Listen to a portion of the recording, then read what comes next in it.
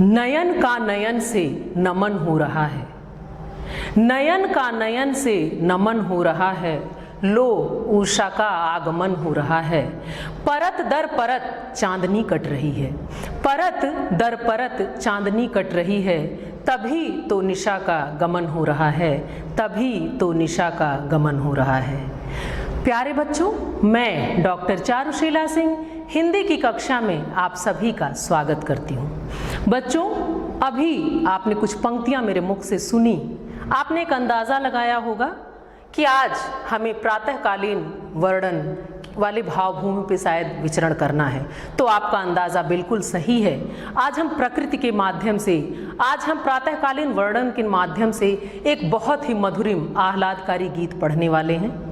पिछली कक्षा में आपने मैथिली शरण गुप्त जी को पढ़ा, कैकेयी अनुताप पढ़ा था और एक गीत के माध्यम से आप उर्मिला के विरह से परिचित हुए थे। वो भावभूमि विरह की थी, वो अलग थी। लेकिन आज जो हमारे और आपके अध्ययन का क्रम है वो श्रृंगार की भावभूमि है, वो प्रकृति के सौंदर्य की भावभूमि है, वो प्रातःकालीन वर्णन की भावभूमि है। तो आइए बच्चों, अध्ययन को गति देते हैं और चलते हैं, अध्ययन को आगे बढ़ाते हुए उस गीत की तरफ, उन पंक्तियों की तरफ चलते हैं जो आज हमें और आपको आह्लादित करने वाली हैं, हमारे और आपके हृदय में घुलने वाली हैं, तरंगायित होने वाली हैं। वो पंक्तियाँ श्रृंगार की हैं। क्या है इन पंक्तियों में विशेष, क्या जयशंकर प्रसाद जी हमें और आपको इस गीत के माध्यम से देना चाहते हैं, ये अध्ययन के क्रम में हम जानेंगे। सबसे पहले आइए प्राप्त करते हैं पाठ का एक संक्षिप्त परिचय। ध्यान दें बच्चों, पाठ का एक संक्षिप्त परिचय आपके समक्ष। शीर्षक जो है वो गीत है, शीर्षक ही देखिए गीत है और इसकी गीतात्मकता से हम अभी परिचित होंगे। रचयिता जयशंकर प्रसाद। पहले भी मैं बता चुकी हूँ, बार बार कहती हूँ ताकि आप विस्मृत ना करें कि जो ये काव्य होता है वो स्वतः प्रसूत होता है, इसकी सर्जना की जाती है, इसलिए सर्जक या रचयिता शब्द का प्रयोग करते हैं। भाषा जो है इस गीत की वो है शुद्ध संस्कृत निष्ठ खड़ी बोली। शैली गीत शैली का सुंदर प्रयोग है। ये कितना सुंदर है, कितना मधुर है, ये बस हम थोड़ी देर में जानेंगे। अलंकार मानवीकरण। बच्चों, वस्तुतः तो जो गीत हम पढ़ने वाले हैं प्रातःकालीन वर्णन है, लेकिन इसमें मानवीकरण अलंकार है। प्रकृति को एक मानव बनाकर प्रस्तुत किया गया है। गुण माधुर्य, और जो ये गीत है वो लहर नामक कविता संग्रह से लिया गया है। ये पाठ जो आज हमें पढ़ना है उसकी एक संक्षिप्त चर्चा, एक परिचय। आइए विस्तृत अध्ययन को गति देने से पूर्व चलते हैं कवि परिचय की ओर और जानते हैं कि क्या दिया साहित्य को जयशंकर प्रसाद जी ने। बहुआयामी था उनका व्यक्तित्व, उनका कृतित्व। उससे परिचित होते हैं, अपने मन के बहुत सारे प्रश्नों के शमन की ओर चलते हैं, हल ढूंढते हैं। कवि परिचय में चल के ये जानते हैं कि कवि ने क्या क्या किया और क्या क्या लिखा, साहित्य की कितनी और कैसी सेवा की। आइए बच्चों देखें कवि परिचय। जन्म सन 1889 ईस्वी, जन्म स्थान काशी, पिता देवी प्रसाद, शिक्षा बनारस के क्वींस कॉलेज से 8वीं तक की। लेखन विधा, यहाँ विशेष ध्यान दें बच्चों कि आप देखें यहाँ विविध विधाएं आपको दिख रही हैं। आपने बहुत सारी विधाओं में काम किया है, वो क्या है? काव्य, कहानी, उपन्यास, नाटक तथा निबंध। भाषा जो है वो शुद्ध है, परिष्कृत है, यानी दोषों से मुक्त है, संस्कृत निष्ठ खड़ी बोली है। शैली जो है देखें बच्चों, विविध शैलियों का प्रयोग किया है। आपने विषय के अनुरूप विविध शैलियों को लिया है, वो क्या क्या है? विचारात्मक, अनुसंधानात्मक, इतिवृत्तात्मक, भावात्मक एवं चित्रात्मक। आइए बच्चों परिचय को थोड़ा और आगे ले चलते हैं और चलते हैं उस परिचय की ओर जो कर्म का क्षेत्र है, जो रचना का क्षेत्र है, जो लेखन का क्षेत्र है, जो आपकी उपलब्धि का क्षेत्र है, जिसकी वजह से आज हम और आप पढ़ रहे हैं और जाने कब तक आप पढ़े जाएंगे। ये क्षेत्र वही है। आइए देखते हैं रचनाओं में कि आपने क्या क्या लिखा। काव्य के अंतर्गत बच्चों देखें, आंसू, कामायनी, चित्राधार, लहर और झरना। आज जो गीत हम पढ़ रहे हैं वो लहर से लिया गया है।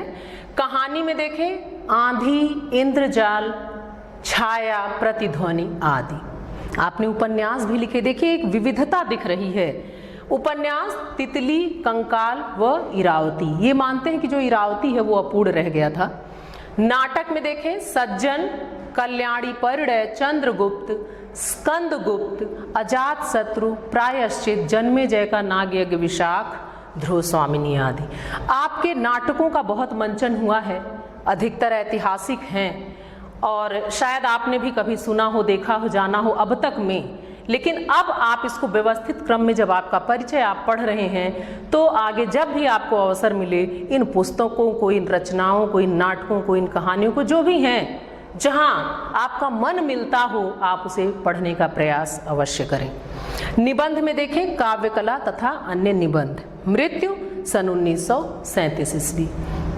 आइए साहित्य में क्या स्थान है आपका, उसकी तरफ चलते हैं। जयशंकर प्रसाद जी बहुआयामी थे। आपने अभी रचना धर्मिता को देखा, रचना के क्रम में आपने देखा कि आपने बहुत कुछ लिखा, बहुत प्रकार का लिखा है। तो जो साहित्य में स्थान है वो निर्धारित होता है अपने कर्म से, अपनी रचना धर्मिता से, अपने योगदान से। तो वो कैसा है आइए जानते हैं। प्रसाद जी का व्यक्तित्व जो है वो बहुमुखी प्रतिभा का था, जो मैंने अभी बताया कि बहुआयामी था। एक प्रसंग है जो कहा जाता है कि प्रसाद जी जब छोटे थे, जब बाल्य संस्कार होते हैं बच्चों के, आप जानते हैं हमारे यहाँ बहुत सारे संस्कार होते हैं, जन्म लेते ही संस्कारों की प्रक्रिया और फिर वो मरते समय तक हमारे यहाँ संस्कारों का ऐसा है। तो कुछ संस्कार जो बाल्य जीवन के, तो ये कहा जाता है, ऐसा मैंने कहीं पढ़ा है कि जयशंकर प्रसाद जी उन बाल्य संस्कारों में बहुत सारी रंगीन चीज़ों में, जो अबोध बच्चा है जिसे कुछ पता नहीं है, वो हाथ में एक कलम, एक पेन उठाते हैं, जिससे लोगों ने अनुमान लगाया कि शायद भविष्य में आप यहीं कुछ करने वाले हैं, आप कवि होंगे, आप लेखक होंगे, आप सर्जक होंगे। ये अनुमान लगाया गया बाल्य जीवन में और उसे यहाँ सिद्ध होता हुआ हम और आप पा रहे हैं।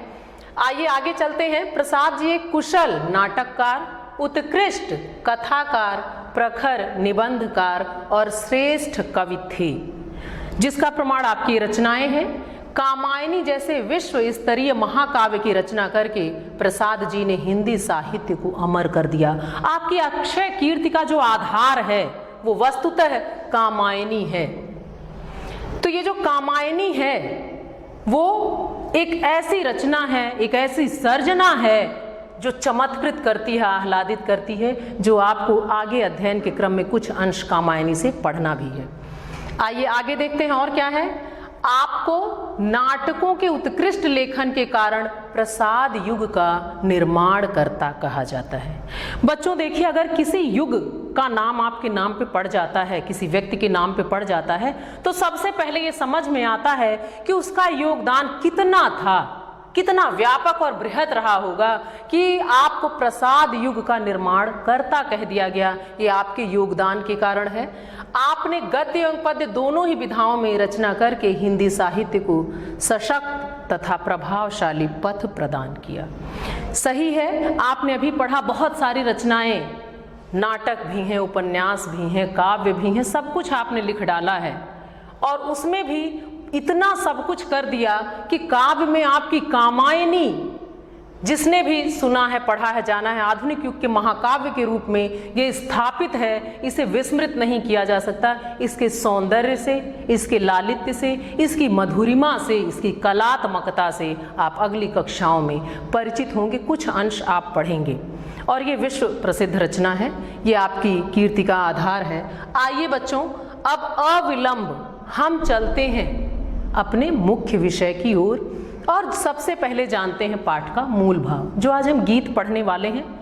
वस्तुतः तो बच्चों ये एक गीत है जिसमें प्रभात का वर्णन है, प्रकृति का वर्णन है, लेकिन प्रकारांतर से हम जागरण का गीत जान रहे हैं। हम इसको जागरण के गीत के रूप में देखते हैं, क्योंकि आपको बता दूं कि जो प्रसाद जी का समय था, आप जानते हैं कि सिर्फ सर्जना बस लिखने के लिए नहीं लिखा जाता है, कुछ युग की मांग होती है, उसको देखते हुए लिखा जाता है। और जो छायावादी चार स्तंभ हैं, जो चार खंभे हैं छायावाद के, उनमें से एक हैं जयशंकर प्रसाद जी, आप सभी जानते हैं, लेकिन पुनः बता रही हूँ। तो छायावादी कवियों का एक विशेष योगदान रहा, इन्होंने प्रकृति का मानवीकरण किया और वो जो समय सीमा रही वो स्वाधीनता आंदोलन का समय था। तो जन जागरण बहुत आवश्यक था।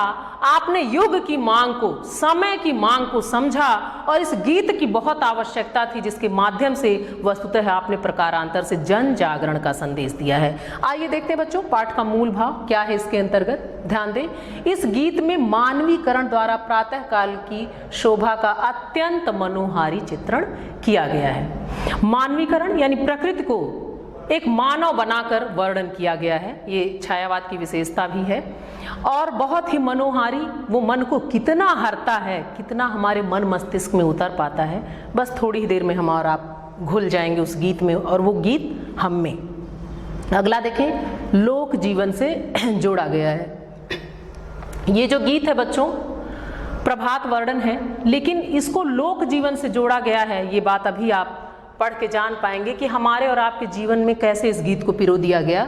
आगे, पनघट के रूपक के माध्यम से न सिर्फ प्रभात वर्णन है अपितु जन जागरण का भी संदेश दिया गया है। जो मैंने अभी आपको बताया, भाषा क्योंकि आपने पढ़ा, खड़ी बोली है जो हमारी और आपकी भाषा है, चिरपरिचित है, हर दिन के व्यवहार की भाषा है, लेकिन संस्कृत निष्ठ है, तत्सम है, परिष्कृत है, उसको भी अभी आप महसूस करेंगे।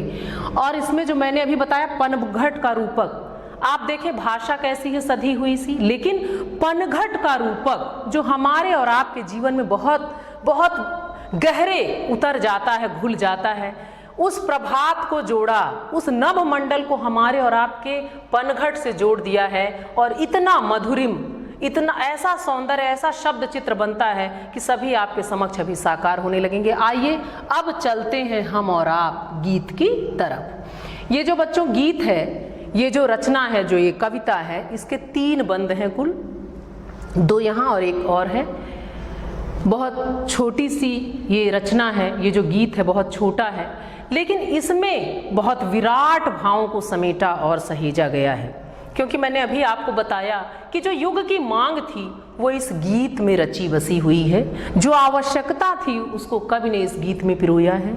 जब आप परिचय पढ़ रहे थे तो आपने पढ़ा था कि ये गीत शैली में लिखा गया है और इसके माध्यम से हम और आप कवि के संगीत के प्रति प्रेम और उनके ज्ञान से भी परिचित होंगे कि कवि को कितना संगीत का ज्ञान था और संगीत का कैसा लगाव था, कितना उनको स्नेह और प्रेम था। ये गीतात्मकता बताएगी। तो सबसे पहला काम बच्चों, इसके पाठ की बारी आती है। आइए इसका पाठ करते हैं, क्योंकि शीर्षक ही हमारा है गीत और आप जानते हैं कि जब गीत कह दिया गया तो एक मधुरिमा उसमें घुलनी है और वर्णन भी कैसा है, आह्लादकारी प्रकृति, जिसको देखकर निराश हताश मन भी प्रसन्नता और उल्लास महसूस करने लगता है। और जब उसमें भी वर्णन प्रभात का हो, जब सारी सृष्टि आनंदित होती है, एक नवीन जागरण होता रहता है, उस वक्त का ये गीत है। आज दोनों तरीकों से नहीं पढ़ूंगी, मैंने पहले आपको बताया है कि पाठ के 2 तरीके होते हैं, एक सामान्य पाठ, एक छंद विधान के आधार पर। तो क्योंकि ये गीत है और छंद विधान में इसको कैसे पढ़ना है, क्या करना, आइए संगीतात्मकता में पिरोते हैं जिसको पढ़ते हैं। मैं पढ़ूंगी, आप अपने तरीके से इसको घर पर गुनगुनाइएगा, 2 बार 4 बार पढ़िएगा, ये पूरी तरह आपको कंठस्थ हो जाएगा और बहुत ही आनंद आएगा। आइए बच्चों चलते हैं गीत की तरफ, इसका पाठ करते हैं। बीती विभावरी जागरी, ये गीत है बच्चों, तो इसको हम गीत में ही पढ़ते हैं और आप अपने तरीके से पढ़िएगा। आप इस आनंद को महसूस करें, क्योंकि कहा जाता है कि जो साहित्य से मिलने वाला आनंद है वो ब्रह्मानंद सहोदर है और जो रसमयता है वो कैसी है वो आप महसूस करें। बीती विभावरी जागरी, अंबर पनघट में डुबो रही, अंबर पनघट में डुबो रही, तारा घट उषा नागरी, बीती विभावरी जागरी। अगला बंद देखें।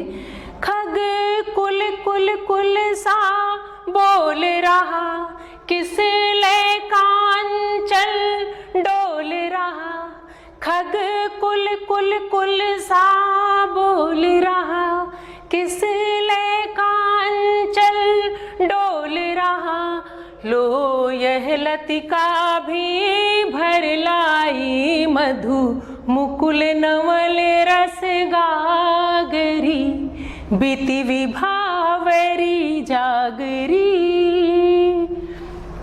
अगला अंश, अधरों में राग मंद पे, अलकों में मलयज बंद की। अधरों में राग मंद पे, अलकों में मलयज बंद किए। तू अब तक सोई है आली, आँखों में भरे विहागरी, बीती विभावरी जागरी। कितना मधुरम गीत है बच्चों, आपने महसूस किया होगा। आप स्वयं पढ़ें और मधुरता से और उल्लास के साथ पढ़ें और डूब कर पढ़ें, एक दूसरे ही आह्लाद की भूमि पर होंगे। जो कहा गया है कि जो रस है वो काव्य की आत्मा है, जो काव्य सौंदर्य के तत्व हैं, उन सब को महसूस करते हुए जब आप इस गीत को पढ़ेंगे तो आप इसमें जब डूब कर पढ़ेंगे तो आपको पता है जो गहरे डूबता है मोती उसी को मिलता है। तो इस आह्लाद को, इस आनंद को आप महसूस करेंगे। आइए अब इस गीत के निहितार्थ की तरफ चलते हैं, जो बहुत ही गंभीर भी है प्रकारांतर से, क्योंकि मैंने बताया कि प्रभात वर्णन के साथ साथ इसमें जन जागरण का संदेश दिया गया है। आइए देखें क्या बात है इनमें। बीती विभावरी जागरी, री। आप देखें बच्चों कि इससे ये पता चल रहा है कि बीती विभावरी जागरी, कि किसी को जगाया जा रहा है। विभावरी मतलब होता है रात, कि जो रात है वो बीत चुकी है। और जाग री, जग जा। लेकिन इस जो ये री आया है, इससे ये अनुमान हम लगा सकते हैं कि कोई युवती है, कोई स्त्री है जिसको जगाया जा रहा है। और इस री में एक आत्मीयता घुली है, ये अपनेपन में है। ये जो री संबोधन है ये अपनापन दर्शा रहा है। किसी युवती को कोई जगा रहा है, एक सखी दूसरी सखी को जगा रही है। और क्या कह रही है, क्या क्या कह के जगा रही है? अंबर पनघट में डूबो रही तारा घट उषा नागरी। वो कह रही है कि रात बीत गई है, तुम जग जाओ। क्यों जग जाओ? देखो प्रकृति में क्या क्या बदलाव हो गए हैं।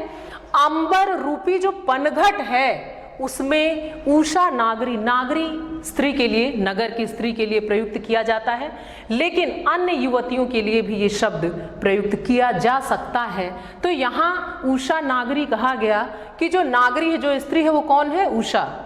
और अंबर रूपी पनघट में वो क्या कर रही है? तारा रूपी घड़े को, तारा रूपी घट जो है वो डुबो रही है। ध्यान दे बच्चों, एक पनघट का रूपक लिया गया जो हमारे और आपके जीवन का है, और इतनी कलात्मकता के साथ ये बात कही गई कि प्रभात हो रहा है। आप जानते हैं कि जब प्रभात होता है तो जो तारे हैं वो छुप जाते हैं, वो नहीं दिखाई देते। लेकिन क्योंकि ये काव्य है, आप जानते हैं इसमें सौंदर्य के तत्व होते हैं, और उनको जब डाल दिया जाता है तो एक कलात्मकता आ जाती है। तो कवि जब इन बातों को कह रहे हैं तो कितने कलात्मक ढंग से वो कहते हैं। वो सीधे सीधे नहीं कहते कि उठ जा, सुबह हो गई है या रात बीत गई है। उन्होंने कितना सौंदर्य घोल दिया है। वो कह रहे हैं कि एक सखी दूसरी को जगाते हुए करी कि बीती विभावरी, कि जो रात है वो बीत गई, जागरी, उठ जा। क्या देख, क्या क्या बदल गया? अंबर रूपी जो पनघट है उसमें उषा नागरी, मतलब जो ये स्त्री है, जो युवती है उषा, वो तारा रूपी घड़े को डुबो रही है। वस्तुतः तो बच्चों जब पानी भरने जाया जाता है, जो प्रातःकालीन जो पनघट पे स्त्रियां जाती हैं पानी भरने, तो ये जो क्रम होता है कि घड़ा डुबोते हैं और फिर उसको बाहर निकालते हैं, तब वो भर के बाहर आता है। लेकिन आप यहाँ देखें कवि ने यहीं रोका, सिर्फ इतना ही कहा कि ये जो उषा नागरी है ये तारा रूपी जो घड़े को लेकर क्या कर रही है? अंबर रूपी पनघट में डुबो रही है। अद्भुत रूपक है यहाँ। तो कवि कहते हैं कि तारा रूपी घड़े को डुबोना मतलब तारों को डुबो देना, यानी उनको छुपा देना। तारों का छुपना मतलब प्रभात हो जाना, वो जो समय होता है उस वक्त का, प्रभात का। तो जिस समय का ये वर्णन है, सूर्योदय नहीं हुआ रहता है, अभी लालिमा नहीं रहती है, थोड़ा सा अंधेरा रहता है। जिस वक्त का ये वर्णन है जो होता है उषा काल, जो प्रातःकालीन जिस समय का, वो सलेटी कलर का रहता है पूरा नभमंडल, उस समय का ये वर्णन है। और इतना अद्भुत वर्णन, इतना सुंदर तुम जग जाओ, देखो प्रकृति में क्या बदलाव हो रहे हैं कि अंबर रूपी पनघट में ऊषा रूपी नागरी तारा रूपी घड़े को डुबो रही है। इतना। अगले बंद में देखिए और क्या कवि बता रहे हैं, खग कुल कुल कुल सा बोल रहा। अब देखिए वो जगा रही है और ये बार बार बता रही है कि प्रकृति में क्या क्या बदलाव हो गए और तुम अभी नहीं जगी। तो सखी कह रही है जगाते हुए अपनी दूसरी सखी से कि खग कुल, बहुत ध्यान दे बच्चों, ये खग मतलब पक्षी और यहाँ कुल कुल शब्द आप देख रहे हैं कि ये 3 बार आया है। तो जो खग कुल है ये अलग है और कुल कुल अलग है। खग कुल मतलब पक्षियों का परिवार, उनका जो समूह है, ये खग कुल। ये जो पहला कुल आ रहा है इसका मतलब है कि पक्षियों का जो समूह है, जो उनका परिवार है, उसके लिए ये कुल शब्द प्रयुक्त हुआ है। आगे जो कुल कुल आया है ये पक्षियों के कलरव के लिए, कि जो पक्षी है खग कुल कुल सा बोल रहा, कि पक्षियों का समूह जो है वो कलरव कर रहा है, वो बोल रहा है।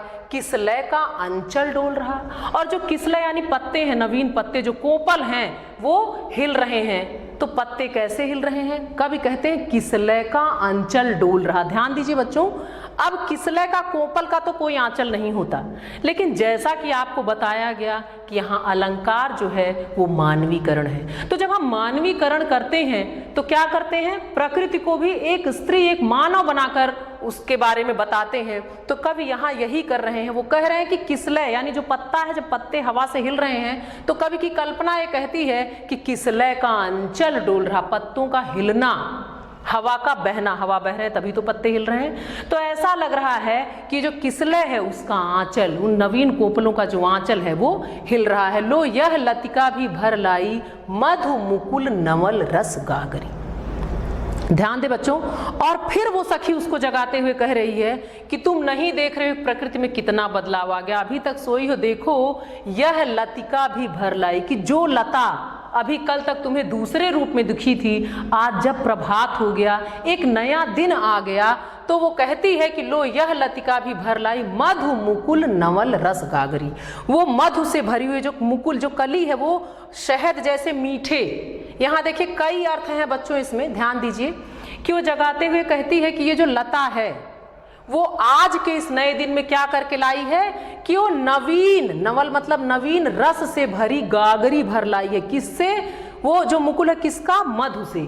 और वो गागरी क्या हो सकती है बच्चों, जब प्रकृति में भी बदलाव हो रहा है, उस लतिका में जो एक कली है, मुकुल मतलब अधखिला फूल होता है, कली होती है, तो सखी यही कह के जगाना चाह रही। उसका कहने का मतलब ये है कि प्रकृति में पक्षियों की चहचहाहट है, हवा बह रही है, लता जो है वो भी विकसित हो रही है, उसका जो कली जो है वो भी थोड़ी विकसित होकर अपने अंदर परागों को, सुगंध को, सौंदर्य को भर चुकी है, और अभी तक तू सोई हुई है। तो वो कह रही है कि लो यह लतिका भी भर लाई मधु मुकुल नवल रस गागरी, कि ये शहद जैसे मीठे रस से भरी हुई गागरी को, नई गागरी को भर लाई है। कौन, ये जो मुकुल है, ये जो कलिका है, और तुम अभी तक सो रही हो। आगे चलते हैं बच्चों, आगे देखते हैं क्या कहती है। अधरों में राग अमंद पिए, अलकों में मलयज बंद किए, तू अब तक सोई है आली आंखों में भरे विहागरी। अब यहाँ थोड़ी सी खींच भी है इन पंक्तियों में, वो जगह जगह के थक गई है। अब वो क्या कहती है, अधरों में राग अमंद पिए। वो कहती है कि तुम अधर, यहाँ ध्यान दीजिए, अधर मतलब होता है, अब हम होंठ नहीं कह सकते, यहाँ वस्तुतः तो बात होंठों की ही हो रही है, लेकिन बच्चों जो ये हमारे होंठ होते हैं, ये जो नीचे वाला होता है इसको अधर कहते हैं और ऊपर वाले को होस्ट कहा जाता है। ये अंतर आप जान लें।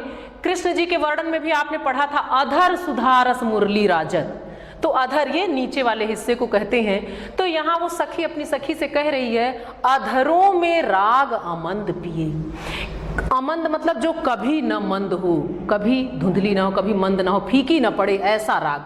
तो कहती है तुम अपने अधरों में अमंद राग पिए हुए, यानी छुपाए हुए, अंदर रखे हुए पड़ी हुई हो, अलकों में मलयज बंद किए, और अपने बालों में, अलक मतलब होता है बाल, और अपने बालों में मलयज यानी सुगंध, मलयज यानी सुगंध। लेकिन वो कहाँ से आया बालों में, जब हवा बहती है बच्चों, आप जानते हैं पवन में भी कोई सुगंध अपने आप में नहीं होती। जब वो हवा बहती, जब वो पवन बहता है तो क्या होता है कि अगर वो उपवन से होकर गुजरा, वो जिन जिन जगहों से, तो प्रकृति में उस हवा के माध्यम से जो पराग पुष्पों के उड़ते हैं, जो उनकी सुगंध है, फिर वो मलयज, वो सुगंधित हवा बन जाती है और हर तरफ वो प्रवाहित होने लगती है, हर तरफ उसका प्रसार हो जाता है, वो फैलती हमें और आपको आनंदित करती है। यहाँ सखी यही कह रही कि तुमने अपने अधरों में कभी न फीका पड़ने वाला राग पिया हुआ है कि अब तुम्हें जगना चाहिए ताकि वो बाहर आए, और तुमने अपने अलकों में यानी बालों में मलयज यानी सुगंधित हवा को भी बंद कर लिया, सुगंध से भरा हुआ। अब तुम उठो, तू अब तक सोई है आली।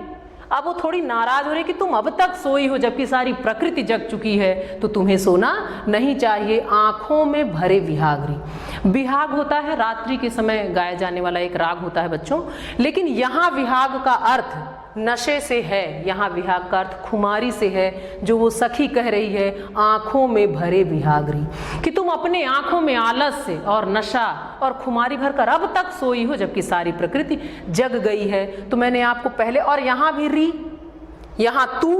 अब आप देखिए बच्चों कि ये भाषा संस्कृत निष्ठ है, खड़ी बोली है, लेकिन यहाँ कई ऐसे शब्द जैसे तू आ गया, री आ गई है।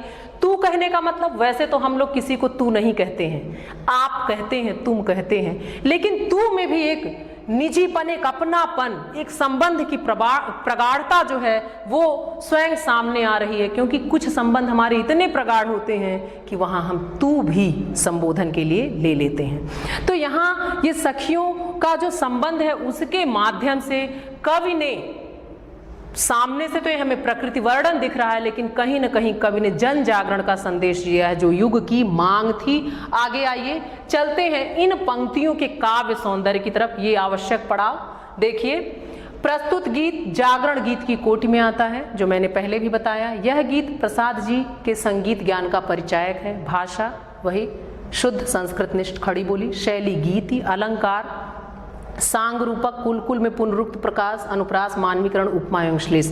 बच्चों, लेकिन जब मैंने ये पढ़ाया कुल कुल, तो एक तो कुल समूह का वाचक था और दूसरा कुल कुल आवाज का। तो एक और अलंकार यहाँ पाया जाता है जिसका नाम है यमक अलंकार, क्योंकि जब एक ही शब्द दो बार आता है और उनके अर्थों में पूर्ण भिन्नता पाई जाए तो वहाँ यमक अलंकार होता है। तो एक जो कुल था वो समूहवाचक है, दूसरा जो कुल आया है वो कलरव, वो आवाज के लिए प्रयुक्त हुआ है। आगे आइए, रस जो है श्रृंगार, शब्द शक्ति, लक्षणा एवं व्यंजना, गुण, माधुर्य।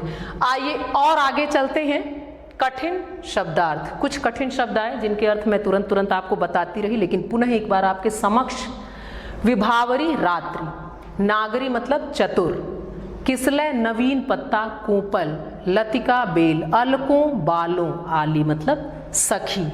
आइए अब अपने अभीष्ट की तरफ चलते हैं। आप जानते हैं कि बिना मूल्यांकन के हमारा कोई भी पड़ाव, कोई भी अध्याय, कोई भी पाठ पूर्ण नहीं होता।